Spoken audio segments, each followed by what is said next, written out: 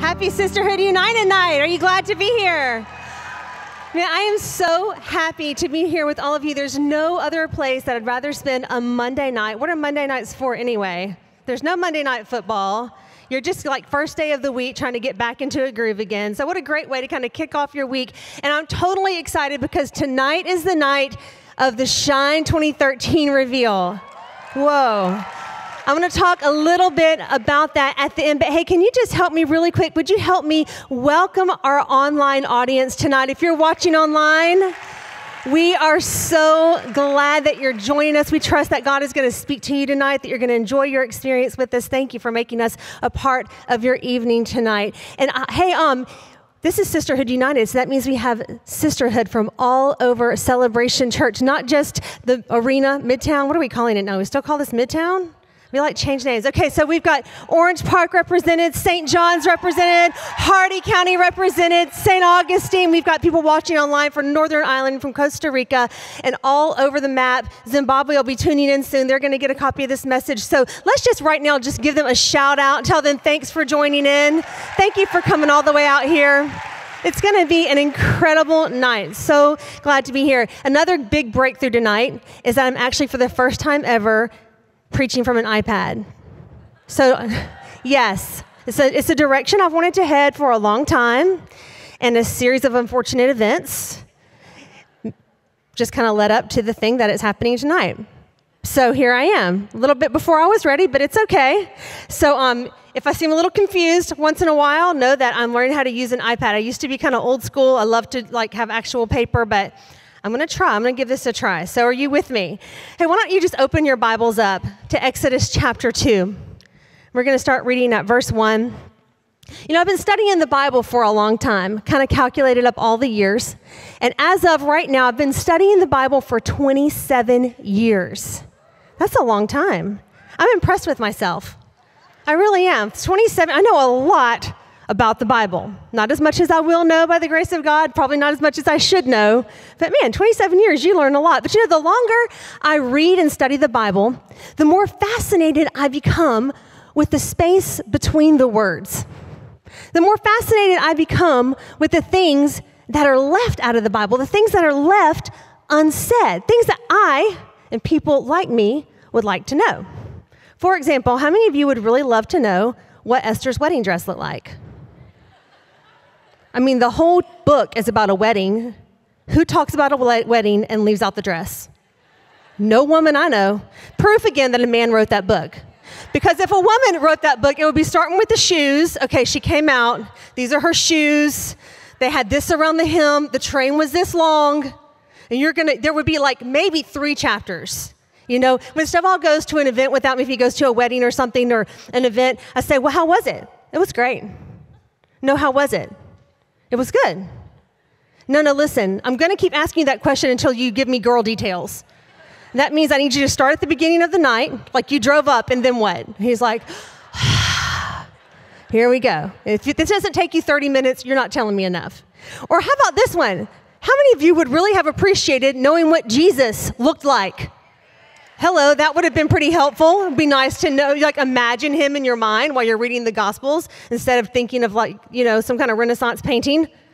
It would be nice to actually picture what Jesus looked like, right? But why is it that Noah's Ark, the animals that get on Noah's Ark, I counted it. The animals that get on the ark are listed 3 times, and they're giving 9 verses in the Bible. And Jesus gets 1 verse. Like his appearance gets 1 verse. Why would you do that? Why would you do that? So weird. The things the Bible leaves out. Take, for example, this verse. The verse you've turned to in Exodus. It's a kickoff of the story of Moses. It's Moses' big moment. And it goes like this. It says, and a man of the house of Levi went and took as a wife a daughter of Levi. So the woman conceived and bore a son. And when she saw that he was a beautiful child, she hid him 3 months. But when she could no longer hide him, she took an ark of bulrushes for him, daubed it with asphalt and pitch, and put a child in it and laid it in the reeds by the river's bank. Moving on. Okay, wait, what? You had a baby. And 3 months went by, and somehow you thought the best thing to do was to make a little boat out of sticks. Put tar on the bottom of it and send him floating down the river. And then we just move on to the next thing. Okay, let's get that down. What? Wait, what? Okay, when you read the Bible, when you read the story of Moses, I don't know about you, but when I was doing Sunday school, my felt board never had this story on it. The felt board had Moses in the burning bush and the 10 plagues and the Red Sea. I mean, those are the great parts of the story, right?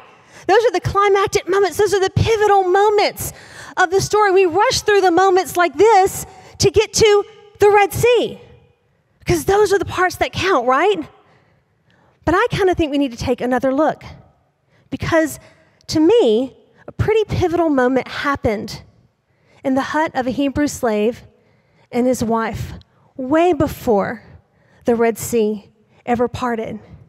In the book of Exodus, in Bible space, the birth of Moses and the decision to put him in a river, in a basket, and float him down the river is given 2 verses, really. That's enough space to tell us something pretty significant about Moses' mother, Jochebed. His father was named Amram. Aren't you glad that names have changed since then? Amram. Sounds like a train track name or something. Amram and Jochebed. His mother was Jochebed. It tells us something pretty significant. Those 2 verses are enough information to tell us that 3 months passed between the words, she bore a son, and she could no longer hide him. And in case you don't know the story of Moses, in case you've forgotten, you're unfamiliar with it, let me remind you what was going on during those 3 months. You see, Pharaoh had sent out a command that every boy under the age of 2 should be killed. Sounds a lot like the birth of another baby that we've heard of before, the birth of Christ. And instead of actually doing that, a lot of times the midwives, instead of killing the babies like they were supposed to do, they wouldn't. They would hide them. And they would say to Pharaoh, these Hebrew women, they are not like your Egyptian women. When they have babies, they get down to business. They have them fast. And by the time we get there, the babies are born. Not really what was happening, but maybe another pivotal moment in the book of Exodus, that the midwives decided not to follow through on Pharaoh's orders.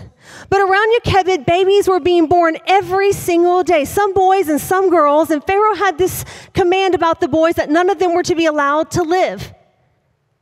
And so when Jochebed's boy Moses was born, she took him into her arms, she took him into her little hut, and she decided, I'm going to hide him. I'm going to hide him. But as we all know, baby boys grow up, and she knew that there would come a day, as sure as she was holding her baby in her arms, that she would have to make a decision about how she would let him go.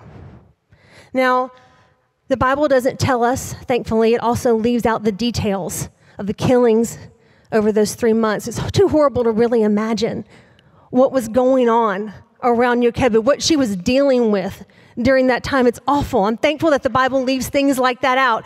But possibly every single day, while she was in her hut on maternity leave and her husband was going down to the brick quarry to make bricks, she heard the screams and the pleas and the cries of women all around her, begging for the lives of their children, begging for the lives of their son. And knowing, as she's huddled in the dark corner, probably nursing her baby so he can't cry, and holding him for a few minutes, waiting for the soldiers to pass through, she knows the day is going to come when he can't be hidden anymore. She doesn't know when it's going to come. She doesn't know how it's going to come, but she knows that at some point, at some day, she's going to have to make a choice about how she'll let him go. Some choice, huh? Some choice to have to make. I would never want to have to make that choice. And I don't know what was going on in her mind, but I know that those 90 days, every second of every minute had to be dominated by that thought. What's going to happen when this inevitable event comes to pass? What is going to happen? I know this thing is coming at me. I know I'm going to have to make a choice about this. What am I going to do? What am I going to do? What was she going to do? I don't know what she thought. I don't know what she was turning over in her mind. And I don't know why she chose a basket. The Bible doesn't tell us what made her think of that. It just tells us that she decides to make this basket of reeds and pitch it with tar and put it in the river. Was this something that she came up with on her own?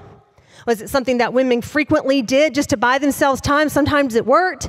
We know that the story of Moses ends with the princess of Egypt finding him and raising him as a prince in the palace. Did she know that the princess had a soft heart and sympathy and compassion for the plight of the Hebrew slaves, and hoped that maybe by sending her baby boy down the river to where the princess was bathing, maybe he would find mercy in her eyes? I don't know.